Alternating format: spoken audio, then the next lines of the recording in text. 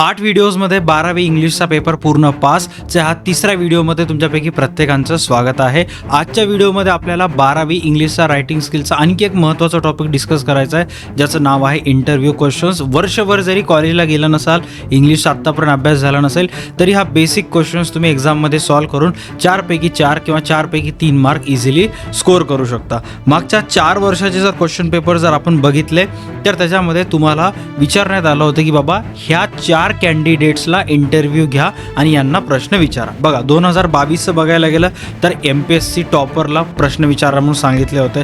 2023मध्ये तुमचा कॉलेजचा एक एक्स कॅन्डिडेट, एक्स स्टुडंट जो आहे तो नॅशनल डिफेन्स अकॅडमीमध्ये सिलेक्ट झालेला आहे, त्याचा इंटरव्ह्यू घ्या. त्यानंतर 24 आणि 25ला बघितलं तर एकदम बेसिक आलं होतं. 24ला आलं होतं की फेमस ॲक्टर कोण आहे त्याच्यावर तुम्हाला इंटरव्ह्यू घ्यायचा आहे, अँड त्याच्यानंतर 2025ला फेमस सिंगरला प्रश्न विचारा. आता व्यवस्थित ऑब्झर्व करा मी काय सांगायलो. 2023, 24 आणि 25 या तिन्ही वर्षी बोर्डानं पेपरमध्ये तुम्हाला कुठल्या कुठल्या पॉईंट्सवर प्रश्न विचारायचे ते पॉईंट्स ऑलरेडी त्या प्रश्नामध्ये दिले होते. उदाहरणार्थ हा चेक करा, हा तुमचा क्वेश्चन पेपर आहे. याच्यामध्ये सेक्शन 3मध्ये तुम्हाला इंटरव्ह्यू विचारण्यात येतात आणि हे ते क्वेश्चन्सचे पॉईंट्स आहेत ज्याच्यावर आधारित तुम्हाला प्रश्न विचारायचे होते. उदाहरणार्थ जर इथं बघताल तर motivation, initial preparation, support, idol, first break, public response, recognition, goals आणि ड्रीम्स यावर आधारित तुम्हाला प्रश्न विचारायचे होते. ऑलराईट. त्याच्यानंतर आपण जर थोडंसं याच्यामध्ये एक्स्ट्रा रिसर्च केलं तर तुम्हाला आन्सर कळून जाईल की मागच्या वर्षी 2025ला ज्या सिंगरला तुम्हाला प्रश्न विचारायला सांगितलं होतं त्या सिंगरला प्रश्न विचारत असताना ह्या मुद्द्याचा उपयोग करा. Early motivation, professional development, inspiration, idols, all that things जे इथे तुम्हाला दिसायलेत. बट तेच जर आपण तुलना जर 2022 सोबत केली तर 2022ला फक्त सांगण्यात आलं होतं की MPSC टॉपरला प्रश्न विचारा, बट कुठल्या आधारावर प्रश्न विचारायचे, कसे प्रश्न विचारायचे सांगितले होते. त्यामुळे यू आर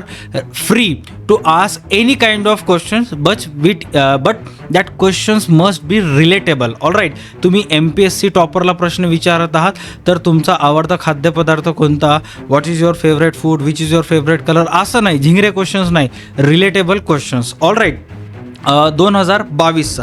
बट आपण 23चं जर बघितलं तर NDA सिलेक्टेड स्टुडंटला तुम्हाला प्रश्न विचारायचे होते.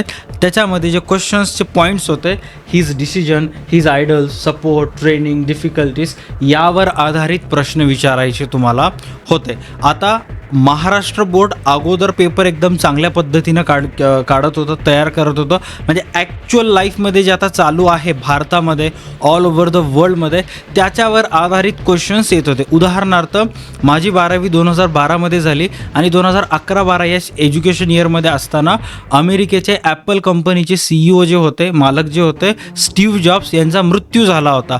तर त्याच्यावर आधारित आम्हाला एक चॅप्टरसुद्धा होता इंग्लिशच्या पुस्तकामध्ये आणि तेच चॅप्टर जे आहे एक्झामला आलं होतं. म्हणजे ॲक्च्युअल वर्ल्डमध्ये जे चालू आहे. सर आखिर कहना क्या चाहते हो. बघा करंट सिच्युएशनमध्ये अपकमिंग जेव्हा तुमचे एक्झाम चालू आहेत, साईड बाय साईड क्रिकेटचं वर्ल्ड कप आहे, तर यावेळेस तुम्हाला मोस्ट प्रॉबेबली विचारल्या जाऊ शकतात की बाबा एखाद्या क्रिकेट प्लेयरचं इंटरव्ह्यू घ्या.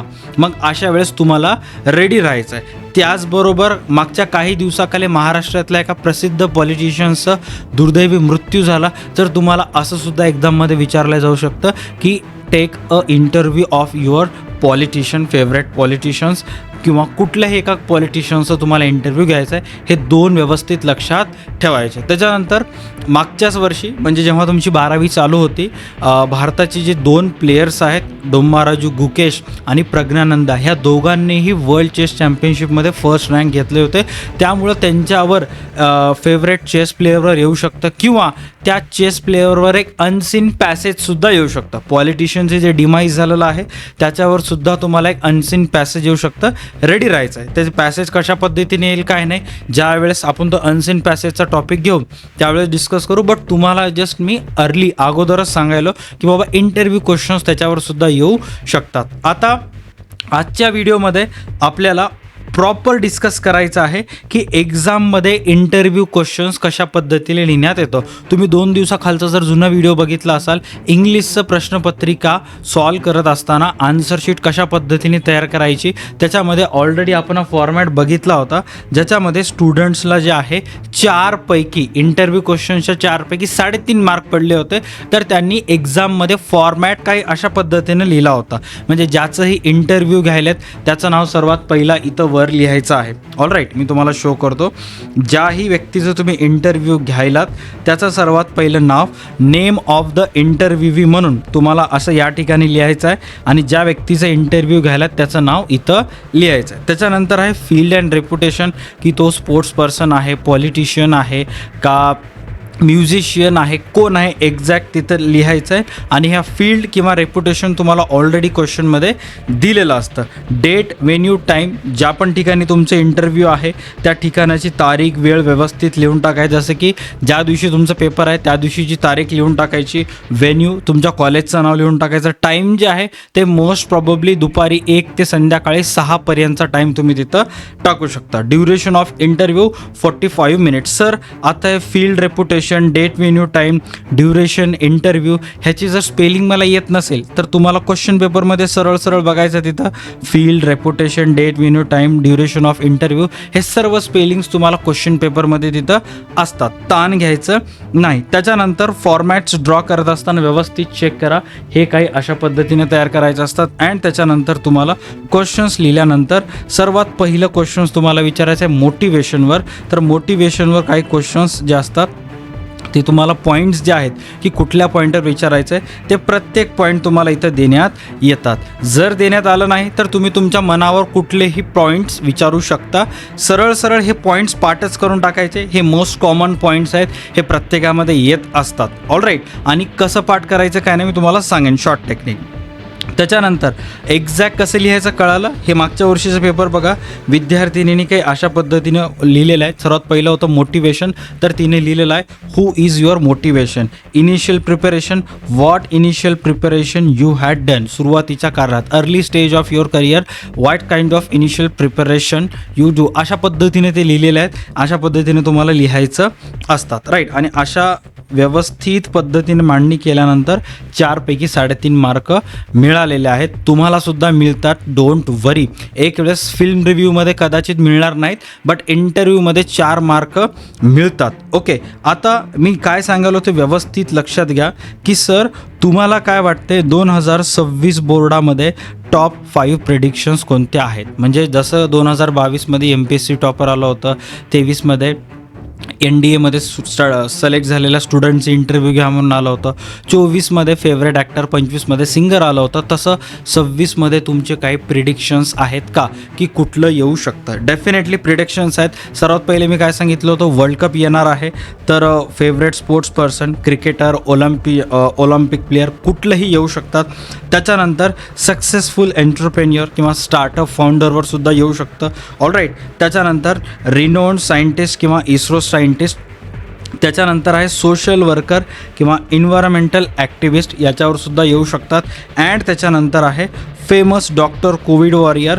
काही सांगता येत नाही. आपण जे टॉपिक ट्रेंडिंग टॉपिक न घेता महाराष्ट्र बोर्ड जे आहे ते एकदम शिळे टॉपिक घेते. जसं की आता फेमस ॲक्टरचं काही घेणं देणं आहे बोर्डाला टाकलं तरी. सिंगर, असं कोणत्याही भारतातल्या सिंगरला मागच्या 2 वर्षामध्ये ना ऑस्कर मिळालं, ना ग्रॅमी अवॉर्ड मिळालं, ना ग्रॅमी अवॉर्ड मिळालं, ना काहीच नाही. मग तरीसुद्धा त्यांनी टाकले, शिळे टॉपिक असतात. बट CBSE जे आहे ट्रेंडिंग टॉपिक टाकत असते.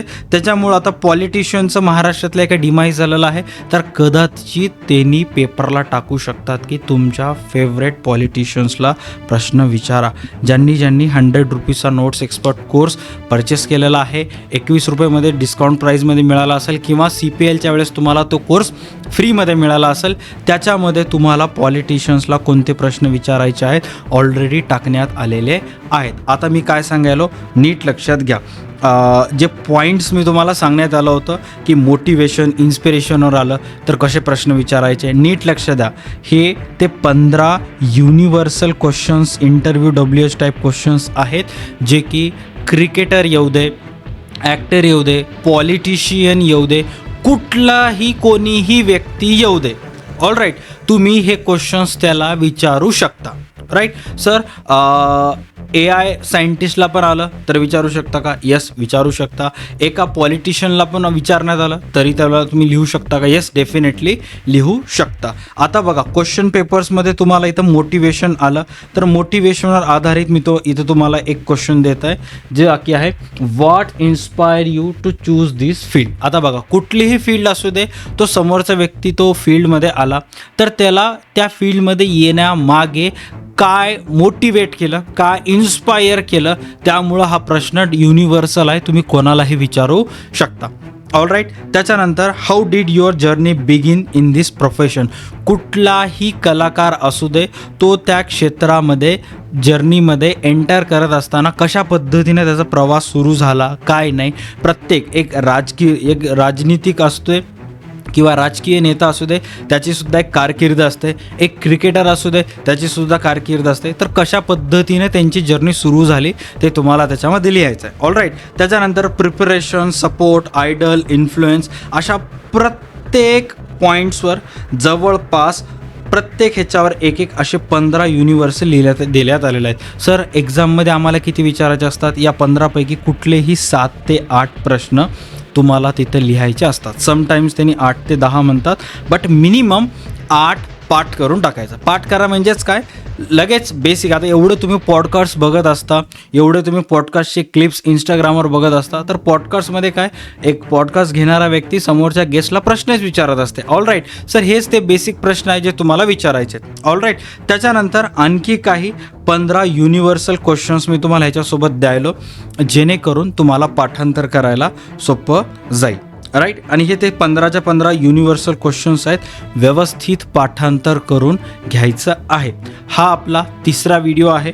पहिल्या व्हिडिओमध्ये मी तुम्हाला सांगितलं होतं की कशा पद्धतीनं बोर्डाचा इंग्लिशचा जो पेपर असतो तो सॉल्व करायचा असतो. त्याच्यानंतर दुसऱ्या व्हिडिओजमध्ये आपण इंटरव्ह्यू क्वेश्चन्सवर डिस्कस केलं होतं, आणि हा आता दुसऱ्या व्हिडिओमध्ये फिल्म रिव्ह्यूवर डिस्कस केलं होतं. हा आपला तिसरा व्हिडिओ आहे, ज्याच्यामध्ये आपण इंटरव्ह्यू क्वेश्चन्सवर डिस्कस करायला होतं. बघा, प्रॅक्टिकलचे 20 मार्क पकडले, फिल्म रिव्ह्यूचे 3 आणि इंटरव्ह्यू क्वेश्चन्सचे 3. टोटल या व्हिडिओमध्ये तुमचे 100पैकी 26 मार्क्स जे आहेत ते रेडी झालेले आहेत. राईट. आता काल जो व्हिडिओ आला होता त्याच्यामध्ये फिल्म रिव्ह्यू होता, तो कालच्या कालच पाठ करून टाकायला पाहिजे होता. आता आज इथे इंटरव्ह्यू क्वेश्चन्स, कुठलेही 15पैकी 8 क्वेश्चन्स व्यवस्थित पाठ करा. तिथं जाऊन फॉर्मॅट ड्रॉ करून लक्षात ठेवून व्यवस्थित तिथे लिहून टाका. That's it. All right. याच्या व्यतिरिक्त दुसरं तिसरं एक्स्ट्रा काहीच करायचं नाही आहे. ह्या टॉपिकला गरजेपेक्षा जास्त व्हॅल्यू द्यायचं नाही. ॲट द एंड तुम्हाला क्वेश्चन्स विचारायचे आहेत. सांगितलेल्या 15पैकी 8 क्वेश्चन जर व्यवस्थित विचारलात, दॅट्स इट. बाकी दुसरं तिसरं काहीच करायची गरज नाही आहे. हा 2026 बोर्डचा PDF आहे. 25चे जे व्हिडिओज होते, 25चे जे PDFs होते, ते ऑलरेडी तुम्हाला 100 रुपीजच्या नोट्स एक्सपर्ट कोर्समध्ये मिळतील. तिथं तुम्हाला नोट्स फोल्डरमध्ये जायचं आहे. तिथे गेल्यानंतर इंग्लिशच्या फोल्डरमध्ये जायचं आहे. इंग्लिशच्या फोल्डरमध्ये गेल्यानंतर रायटिंग स्किल्स तिथे तुम्हाला मिळून जातील. हा PDF तुम्हाला 100 रुपीजच्या कोर्समध्ये पण मिळेल. प्लस DA2 अकॅडमीच्या टेलिग्रामवर सुद्धा जर तुम्ही जॉईन असाल तिथे मिळेल. टेलिग्राम ग्रुपची लिंक डिस्क्रिप्शनमध्ये देण्यात आलेली आहे. भेटूयात व्हिडिओ नंबर 4मध्ये, ज्याच्यामध्ये आणखी एक असाच टॉपिक डिस्कस करूयात, जेणेकरून यावर्षी इंग्लिशमध्ये कोणीही नापास होणार नाही. All right. चला, भेटूयात पुढच्या क्लासमध्ये. तोपर्यंत पाहता तुमचा आवडतं YouTube channel DA2 academy. Bye, take care, best of luck.